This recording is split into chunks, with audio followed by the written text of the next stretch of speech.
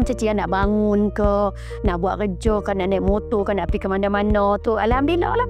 Boleh. Assalamualaikum, saya Nurizam binti Batin. Saya kerja tukang urut dah lama dah. Cik Yan tukang buat confinement tak? Macam kita pergi rumah orang bersalin, kita buat masak, makan semua. Memang lumayan lah, tapi dah berumur ni, dah tua dah, ingat orang takut je kan. Pelutis tak larat no, macam-macam. Dulu banyak Cik Yan buat confinement pergi rumah mereka kan. Masak-masak dia dah mulai tua, dia malas dah. Banyak kerja di rumah.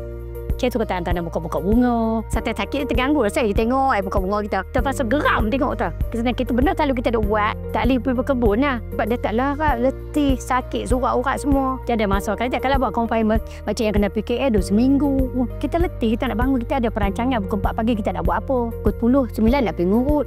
Kita di jam, cari tengok bila sampai kakak tu semua kita ngantuk. Tu jadi kadang-kadang kabut sikit. Kadang-kadang kita nak tidur pun tak boleh. Biasalah kadang-kadang kita pergi ngurut tu saiz badan seseorang. Ada badan besar, ada badan kecil.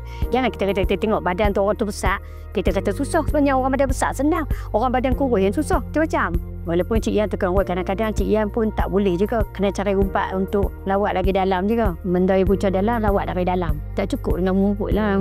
Dia kena yang ada ubat lain nak bagi kita kuat. Nak perjalanan darah kita balik. Cik Yan macam Cik Yan cari ubat lah. Macam ubat bagi kita tenang, bagi kuat sikit. Makanlah ubat tradisional kampung. Itiaklah kunyit, serai, botol rebus lah. Lengkuas. Kita buat diri ya. Cik Yan akan cuba try apa ubat, jangan try. Kita tak makan banyak, carilah suplemen yang okey tau.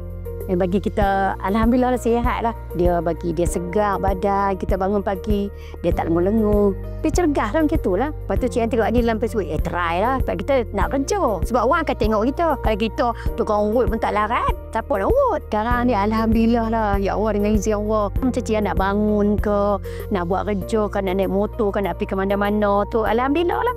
Boleh. Dia taklah macam selalu kalau kita urut tak dilengok yang ni kan. Dia membantu kita dalaman kita. Kita rasa okey banyak-banyak. Nah, setakat ni saya makan, alhamdulillah tak ada lah kesan sampingan, tak ada lah kesan loya, pening kepala. Semua boleh katakan alhamdulillah. Cik Yan rasa Cik Yan try jamu tu bila ni berbaloi. Alhamdulillah, Cik Yan rasa sesuai dengan diri Cik Yan. Siapa yang berumur sama macam Cik Yan, try lah produk ni. Dan sendiri akan lega insya-Allah.